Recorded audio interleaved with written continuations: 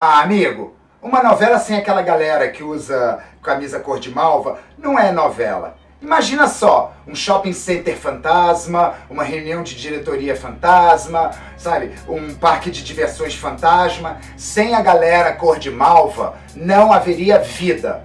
E hoje, no Filo Fala, você vai saber por que a camisa cor de malva é tão importante na dramaturgia.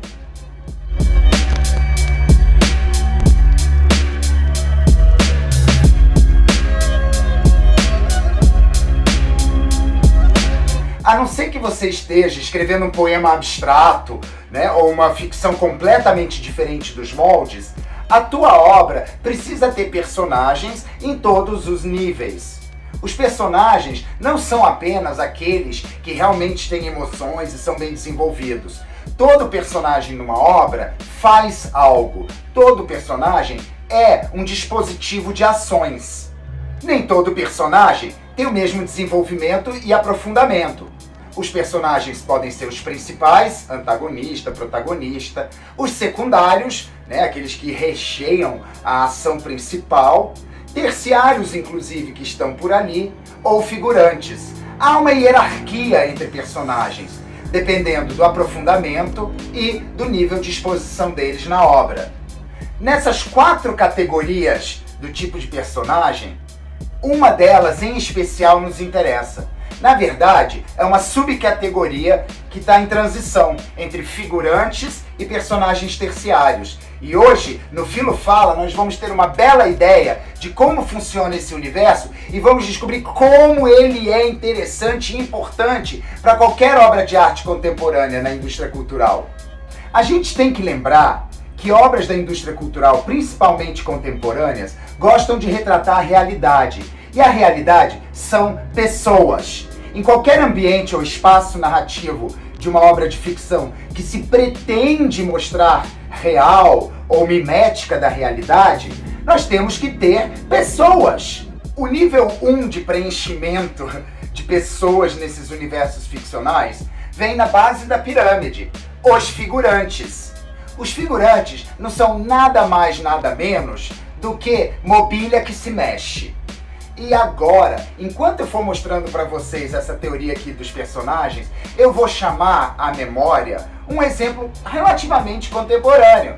Amor à Vida, a novela de Valcir Carrasco do Horário das 9, que há alguns anos atrás, ao redor de 2013, 14, nos animou nas nossas noites nobres.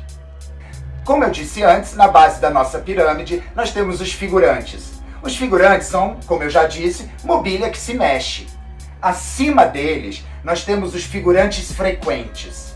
Os figurantes frequentes acontecem porque nas obras abertas, eu estou falando especificamente das novelas, nós temos espaços cênicos pré-determinados que reúnem núcleos. No caso de Amor à Vida, um dos núcleos principais era o da família Cury, e nós tínhamos um espaço privilegiado dessa família, que era o Hospital San Magno. Já que o espaço privilegiado San Magno é um de hospital, medicina, médicos, etc., nós poderemos encontrar ali figurantes que vão aparecer mais frequentemente. Afinal, o staff de um hospital não desaparece de uma cena para outra, de um momento para o outro no espaço, a não ser que o RH esteja enlouquecendo. Bem, a partir dos figurantes frequentes é que a coisa começa a ficar interessante, porque alguns desses figurantes frequentes chamam a atenção um pouquinho mais do que os outros, ou podem ter um papel na narrativa maior do que simplesmente estar lá. No caso do San Magno, nós podemos ver que a equipe de enfermagem, a equipe de zeladoria, os seguranças, alguns secretários, alguns pacientes, inclusive, eram figurantes frequentes. Estavam sempre ali, passando por trás, etc. Não eram pessoas aleatórias. E é aqui que a coisa começa a ficar interessante, porque desses alguns se destacavam. Visualmente, alguns apareciam por características próprias, né? Por exemplo, nós tínhamos o bonitão, que depois descobrimos que era sadomasoquista, quando ele se torna um camisa malva. Nós temos o enfermeiro teledramaturgia, nós temos o enfermeiro nipônico, nós temos aquela enfermeira esquisita ali atrás.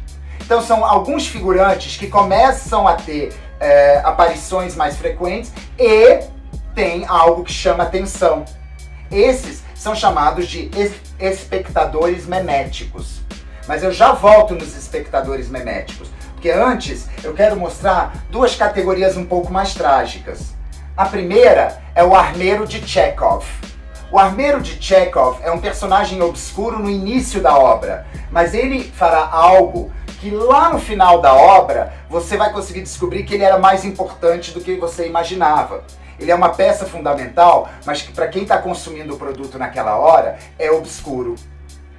Paralelamente ao armeiro de Chekhov, nós temos o exército das camisas vermelhas. Não, por que a gente chama de camisa vermelha? Esse termo surge em Star Trek, Jornada nas Estrelas, porque na Enterprise as hierarquias também mostravam uniformes diferentes. E as pessoas que usavam uniforme vermelho em quase todo, se não todo episódio, se eles apareciam, eles iam morrer. Pronto, é assim, era a regra. Tanto é que virou uma piada. Red shirts, os camisas vermelhas, né? Tadinhos.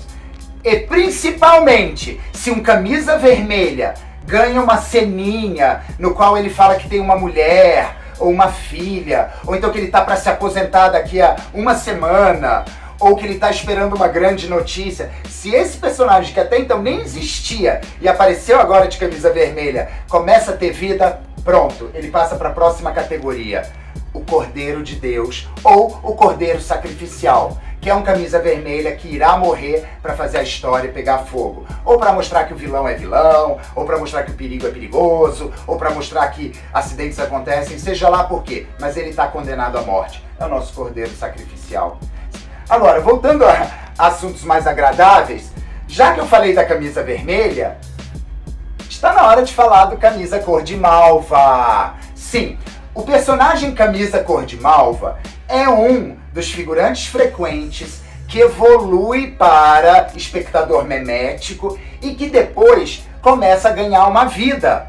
Ele começa a ter falas, ele começa a desenvolver uma pequena história, uma pequena narração. Essa personagem começa a aparecer em várias cenas, não apenas numa outra cena de figuração como os outros. De repente, esse personagem começa a ganhar alguma pequena relevância, ou ela se conecta a um personagem terciário ou secundário. Esse é o personagem camisa cor de malva. Camisa cor de malva, então, é uma variação do camisa vermelha, só que não morre. O camisa cor de malva tem uma função. Ele não chega a ser um personagem terciário ou secundário de um núcleo secundário, mas ele está quase lá. Ele é interessante o suficiente para que as pessoas comecem a prestar atenção nele. Nesse caso, no meu caso, a enfermeira Noriko. Mas agora que eu já expliquei o que são os personagens com camisa cor de malva, vamos falar por que eles são tão interessantes e ou relevantes quando a gente vai consumir, fruir, aproveitar, saborear uma obra de arte, principalmente uma obra de arte contemporânea, como a novela, em que a dramaturgia, né, ela é longa, por algumas razões. São razões de afeto. Para explicar isso melhor, eu vou convocar 3 filósofos que são essenciais na construção desse sentido aqui. Primeiro, de Baruch de Spinoza, eu vou pegar a ideia de que o amor é uma alegria acompanhada de um objeto dessa alegria. Ou seja, o amor é um afeto positivo focado num objeto. E ele não tem nenhuma explicação além dele mesmo. O afeto pode ter uma causa, e essa é a investigação interessante, mas razão não. Meu segundo amigo que chamo é o semiólogo dinamarquês Hjelmslev. Hjelmslev, na teoria dos signos, dizia que um signo não é uma coisinha apenas, e aí ele vai representar dentro de uma cadeia de signos. Não. Hjelmslev disse que o signo é uma operação, que a toda hora você tem várias figurações fazendo relações de significação com outras relações de significação, com outras relações de significação, formando uma malha enorme que não tem origem nem fim, apenas cruzamentos linguísticos. Nesse sentido, e voltando a chamar Noriko aqui a conversa, Noriko Akiyoshi era uma enfermeira de origem asiática, né, que transforma-se em uma funkeira. Olhem quantos signos estão dialogando aí. Nós temos toda a questão da imigração asiática, dos valores japoneses, do valor de trabalho japonês, né, de toda a apresentação física nipônica. Você tem também toda a questão dos signos, o olho puxado, o cabelo bem negro. Você tem também a questão do trabalho, a enfermagem perante a sociedade. Você tem também a ideia do funk perante a música, do funk perante a sociedade, o emprego trabalhando com funk. Essa personagem, ela era ao mesmo tempo toda essa articulação. Ela não era apenas Noriko. Noriko carregava consigo, por definição, toda essa malha semiológica. E o meu terceiro amigo que eu chamo, Cornelius Castoriadis, é um filósofo que alegava que a imaginação humana é radical, ela não é limitada. Que a única coisa que pode limitar a imaginação humana seria a linguagem aonde ela se apresenta. Claro, isso aí vai bem mais profundo, eu não vou entrar nesse mérito aqui. Mas a ideia é que, a partir de figuras, nós podemos construir qualquer objeto. Já que Helmsley fala de várias figuras em vibração, quando você coloca a ideia de Castoriadis, que a imaginação radical permite que eu mexa qualquer peça ali da maneira que me aprover, contanto que esteja dentro da linguagem, eu posso imaginar todo o complemento universal de Noriko. Eu posso imaginar como era a vida de Noriko, como eram seus pais. Eu posso imaginar que dramas ela teve para chegar na profissão. Na minha imaginação, ela era uma médica que não conseguiu passar para a medicina, uma menina que queria ser médica. Mas na sua imaginação, porque a sua imaginação é radicalmente livre, você pode fazer o que você quiser, porque na linguagem, no discurso total em Amor à Vida, nós só temos alguns pedaços, algumas figuras, mas a gente pode fazer qualquer complementação que nós quisermos. Isso é lindo, sabe? Assim como Rosencrantz em Guildenstern, em que se inventa toda uma história para esses personagens que já existiam em Hamlet, nós podemos fazer o mesmo. Eu posso fazer o mesmo. Então, na próxima vez que eu assistir Amor à Vida, ou enquanto eu estava assistindo Amor à Vida, era uma obra que, por um afeto particular, né, no caso Noriko, eu me apaixonei e pude construir para Noriko a história que eu quis. Isso é muito legal. Isso me permitiu ter uma relação muito pessoal com aquela novela, que nem era uma novela tão popular.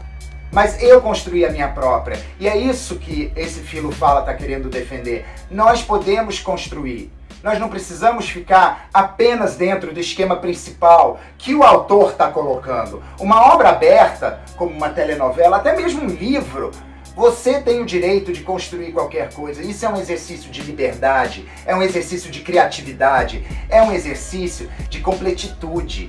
Por isso, não consumam a obra de arte apenas como ela vier para vocês. Mergulhem, criem, alimentem, divirtam-se. Se isso vai dar em fanfic, ótimo. Se não, é uma viagem sua. No máximo que pode virar, assim, no mínimo, aliás, no mínimo que pode virar, sabe, é um hashtag legal, como personagens obscuros, enfermeira Noriko.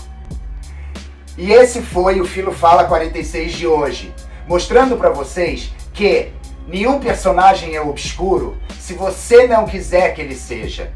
A obra de arte é sua, ela não é uma regra. Entre nela, divirta-se, viaje, crie as suas histórias. E é por isso que os camisa cor de malva são muito importantes.